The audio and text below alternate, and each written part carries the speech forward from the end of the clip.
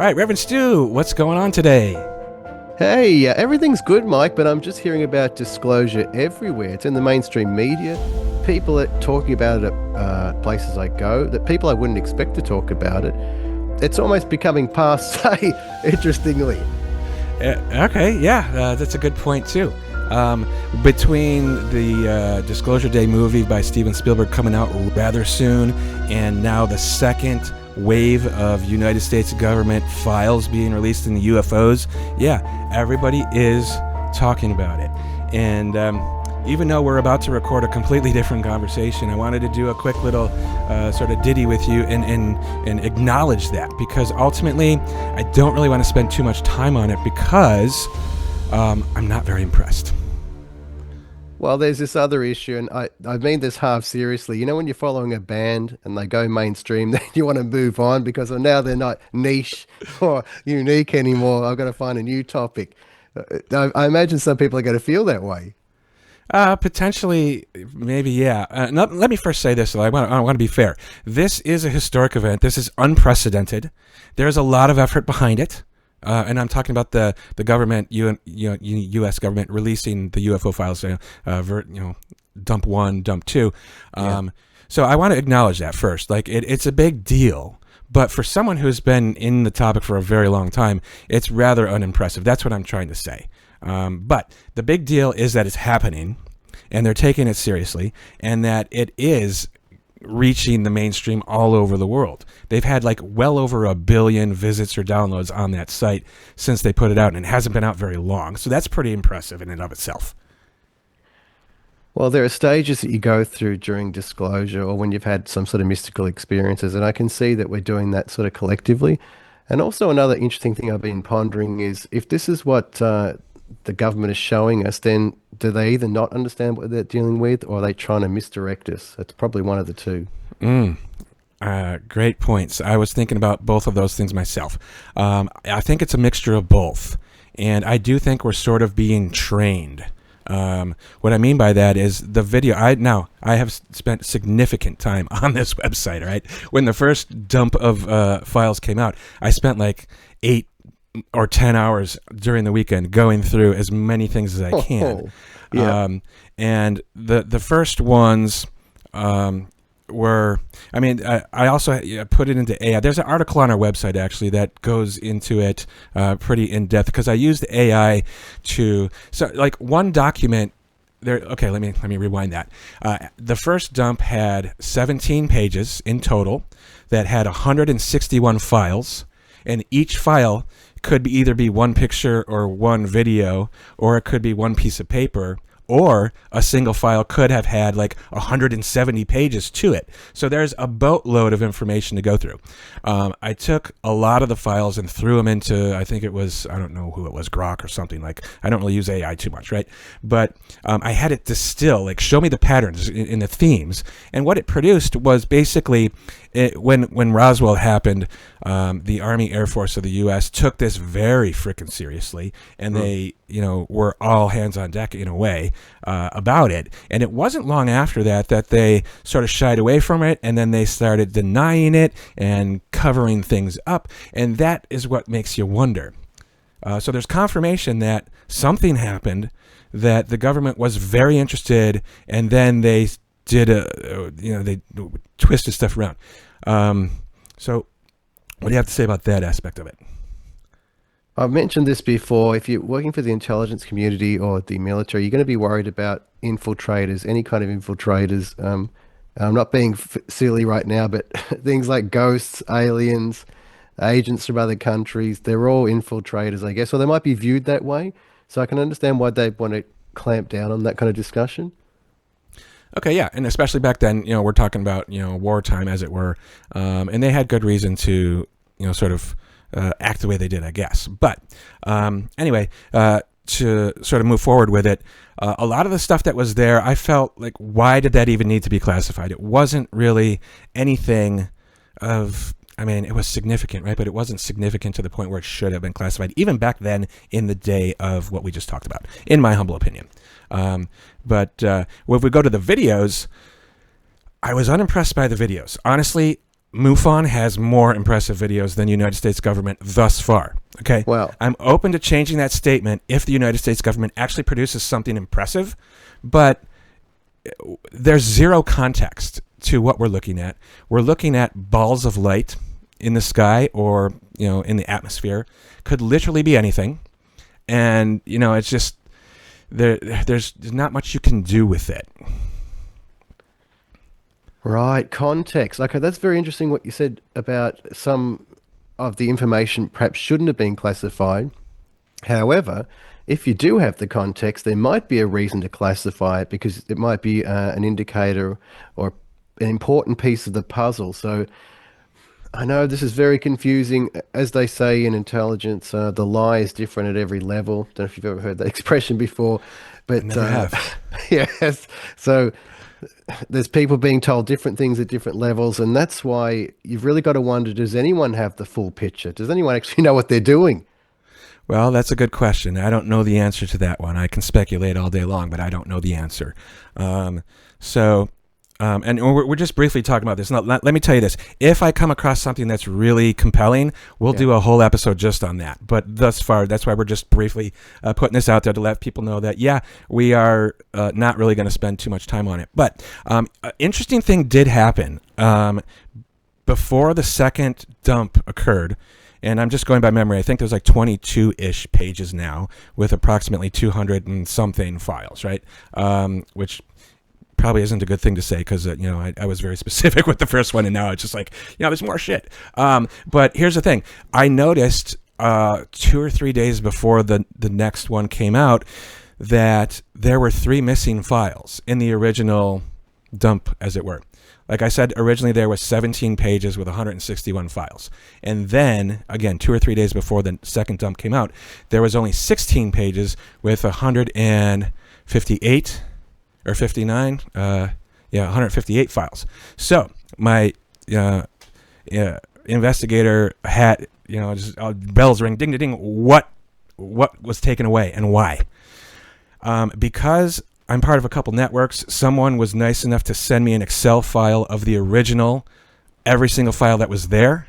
So I then did a similar thing. It was a pain in the ass to rebuild that and put them next to each other. And within a couple minutes, I found 2 out of the 3 missing files.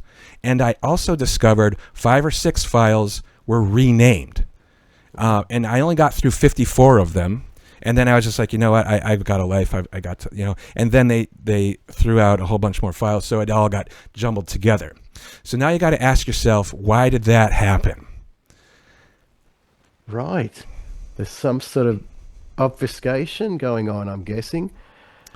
Maybe someone gave the all clear for it to be released, and then subsequently some other authority said, why did you release that? You better get rid of that straight away. Do you want to know which file I discovered was missing? Yes. What was it? So it was very interesting, actually. It was a NASA file. It was from the Gemini missions, and it was both the audio recording and transcript thereof. I don't know where the third file is yet, but it was where I forget what astronaut it was, but he was in space saying there's a bogey at 10 o'clock high. Wow. And Houston, it was a long pause, and they're like, what? Say again. I mean, Yes. I'm paraphrasing, right? But Right. that's what happened. And I listened to that, and I was like, okay, it's interesting. They were seeing something they weren't expecting to see. Doesn't necessarily mean it. I mean, UFO, I guess, in the sense that it's unidentified, right? But you also got to remember we're in space for the first time. Do we know what we're supposed to see? I don't know. But the point is, that was there, and then it wasn't there. Why? Yeah. You know what I mean? Yeah. That file, you mean? That information was... Exactly, yeah. And then it was sort of redacted in a sense, or removed. Yeah, and that's, I was looking, I noticed it. I don't know that I could necessarily prove it, but it happened, and I'm just putting it out there that's what happened.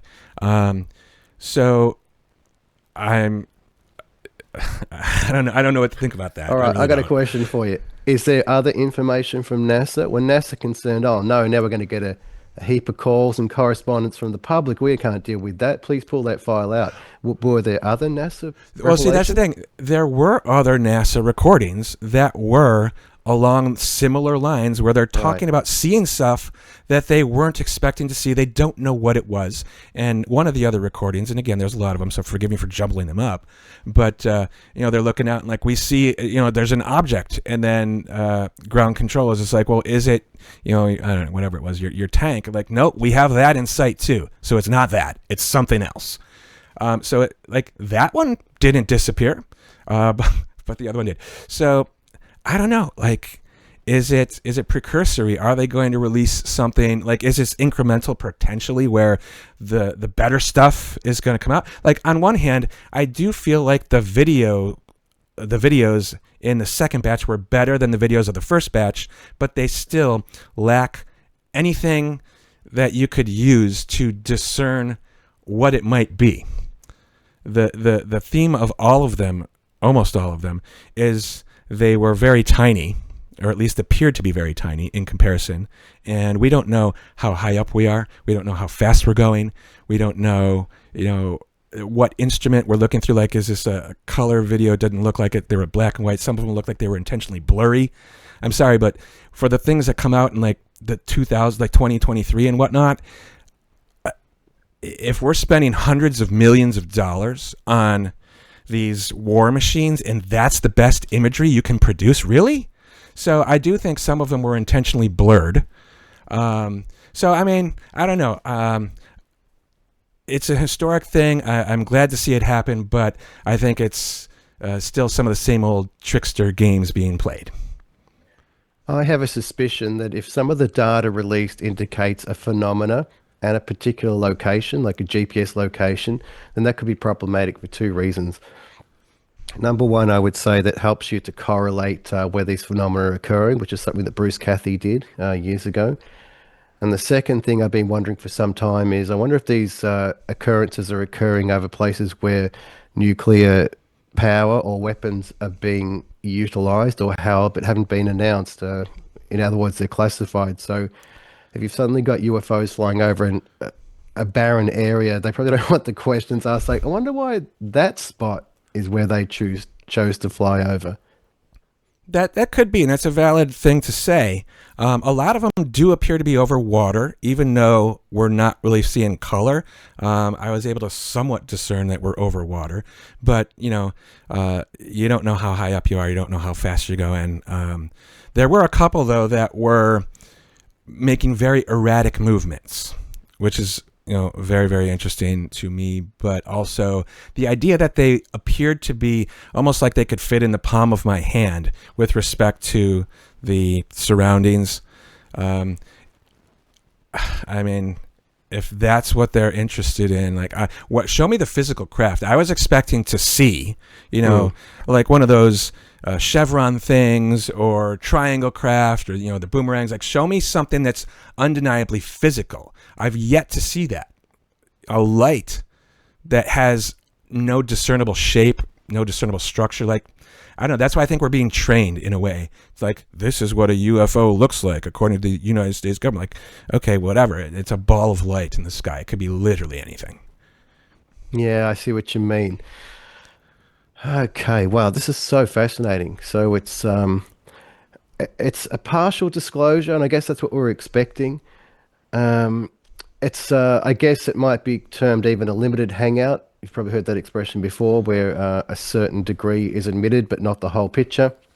So it's certainly a staple of the intelligence community, and it's, I guess, what we would expect. There seem to be different factions too. I keep hearing that there are some factions that want to show us almost everything, and then there are other factions that don't want to, and they seem to be fighting it out. Like, I'm even observing some of that in mainstream media, which is absolutely fascinating. Yeah, I could see all that happening as well.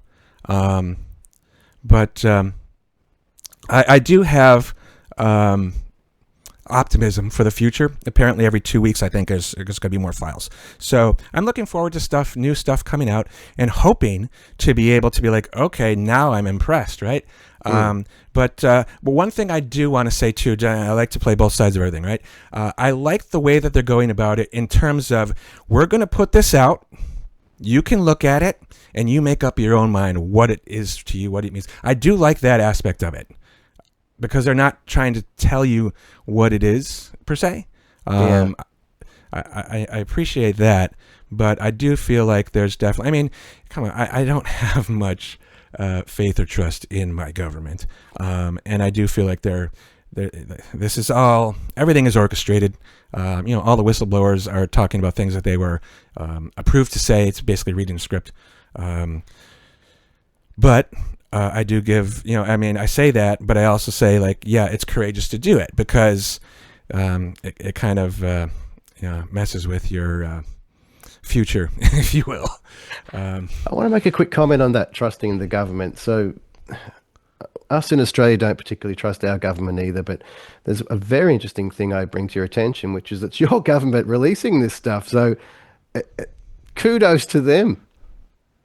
Yeah. Well, that's why I said, like, we're knocking them, but we're also applauding them at the same time, right? But maybe someone in there will be listening to this conversation, and they'll take a hint and give us something that's really something that we don't already see or don't already know, right? They've confirmed a lot of things that we've thought. But anyway, I just wanted to put that out there real quick, and just acknowledge that it's happening.